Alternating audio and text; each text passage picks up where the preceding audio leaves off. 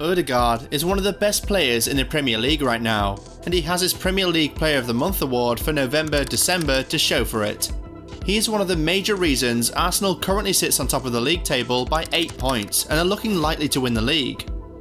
The 24-year-old has been really amazing in the midfield for Arsenal this season, acting as a link between defence and attack, creating chances, providing assists, and of course, scoring goals.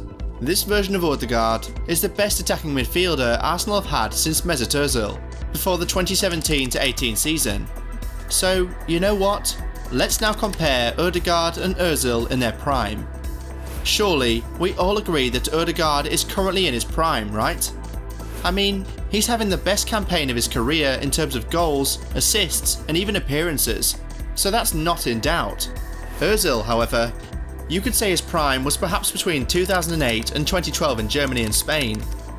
During that period, the former Germany international was absolutely unplayable, arguably the most creative player on the planet at the time. But then, since we're comparing him to Ødegaard here, we'll focus strictly on his time at Arsenal, which was also pretty good in general, if we're being honest. So, Özil joined Arsenal in 2013 and left in 2021. But honestly, his last decent season at Arsenal was the 2017-18 season. In those 5 years between 2013 and 2018, Özil was that guy. His numbers were absolutely out of this world. On his debut for Arsenal, he provided an assist for Olivier Giroud, and that was only a sign of things to come. He went on to provide 14 assists and score 7 goals in 42 appearances that season. That's as good as 1 goal contribution in every 2 games. Very impressive.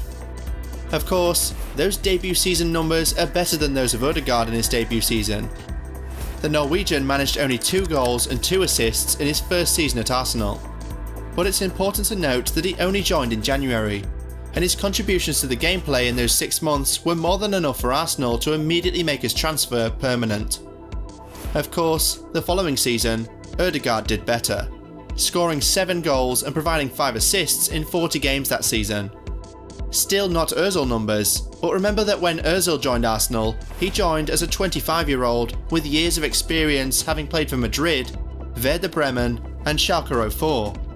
But when Ødegaard moved to the Emirates, he was a 22-year-old raw talent who had hardly been given the opportunity to grow anywhere he went, bar Real Sociedad. But right now, in his 3rd season in England, at 24 years of age, we are now witnessing Ødegaard's peak. And that could just go on for years. He currently has 8 goals and 5 assists in 17 Premier League games this season. And that means that no Arsenal player has had more goal contributions than him so far this season. As a matter of fact, no midfielder has more goals or more goal contributions in the Premier League than Ødegaard so far this season. That's how impressive the Arsenal captain has been. But the big question is, can he match Özil's numbers in his 3rd season at Arsenal? Özil scored 6 goals and provided 19 assists in 35 Premier League games back in the 2015-16 season. Those were some really crazy numbers. If the Playmaker Award had been introduced back then, he'd have been the recipient that season, as he finished as the top assist provider in the Premier League in the 2015-16 season. Will Ødegaard be able to reach 25 goal contributions this season? At this rate, he just might. But you know what's crazy? He might not even have to match those numbers for him to outdo Özil's impact. Here's what we mean. Özil is a legend, no doubt. His numbers were just absolutely untouchable, and the 2015-16 season was the peak of his Arsenal career as far as the numbers are concerned. But then, he and Arsenal ended that season trophyless, only finishing 2nd to Leicester City on the Premier League table. So it begs the question, how much impact did those crazy numbers then have on Arsenal that season? Now, compare that with the season Ødegaard is currently having.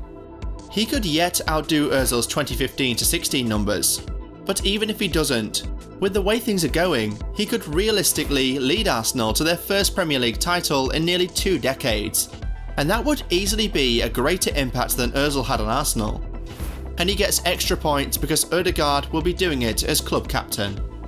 But that's surely not to take away from Özil's impact at Arsenal, not at all.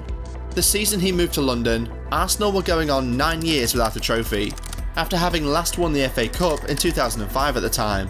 But Özil came and helped the club break that trophy drought in only his first season, inspiring the club to win the FA Cup in the 2013-14 season.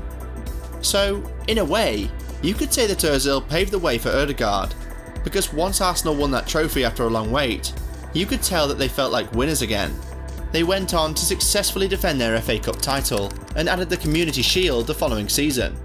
Özil would then go on to inspire them to win yet another FA Cup in 2016-17, and then they went on to also win the Community Shield in 2017. They also got to the final of the EFL Cup in the 2017-18 season and the final of the Europa League in the 2018-19 season. So, Arsenal pretty much went from being a club who had not won anything for close to a decade to becoming something of a serial winner during Özil's era. That's some crazy impact right there. You can't take that away from Özil. And you could say the club staggered for a bit without him in the team.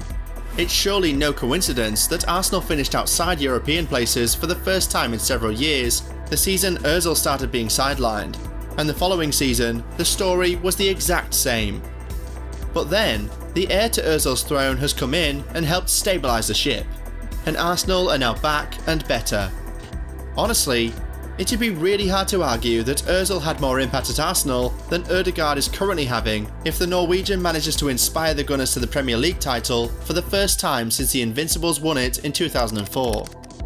But it's also very important that we do not let ourselves be distracted by how things ended with Özil and Arsenal, and then go ahead to downplay Özil's impact at the club. He walked so Ødegaard could run. If you watched Arsenal in the late 2000s into the 2010s and saw how difficult it was for the Gunners to win trophies, then you'd appreciate Özil's impact at the club. Coming in and helping the club break a trophy drought in your first season and then going on to win 3 more, that's actually very impressive. But as an Arsenal fan, when you venerate Özil, the hope is that his successor will go on to be better than him. And considering that the two midfielders have a lot in common and are 10 years apart, there's surely a lot Ødegaard can learn from the OG to improve his own game. Already, we can say that Ødegaard is a better goal scorer than Özil, right? I mean, the numbers seem to corroborate that.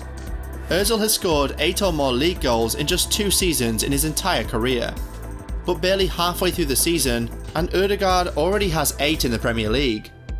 However, when we talk about creativity, Ødegaard still has a lot to do to catch up with Özil. And it's not even because Ødegaard is bad, it's just that Özil is a very high bar. He is arguably the most creative midfielder of his generation. Yes, prime Özil was that good. So, if the Norwegian can get up to like 70% of prime Özil's vision and creativity, then he might just be the perfect midfielder. But then, think about this for a second. Still with a lot of room for improvement, Ødegaard might inspire Arsenal to win the league. Now think about what will happen when the 24-year-old fully matures and reaches his peak. Man, we are in for some really scary hours ahead of us. The rest of the Premier League should be very afraid. Anyway, we want to hear from you guys. If you had to, who would you pick? Özil in his first 3 seasons at Arsenal, or this current version of Ødegaard? Let us know in the comments.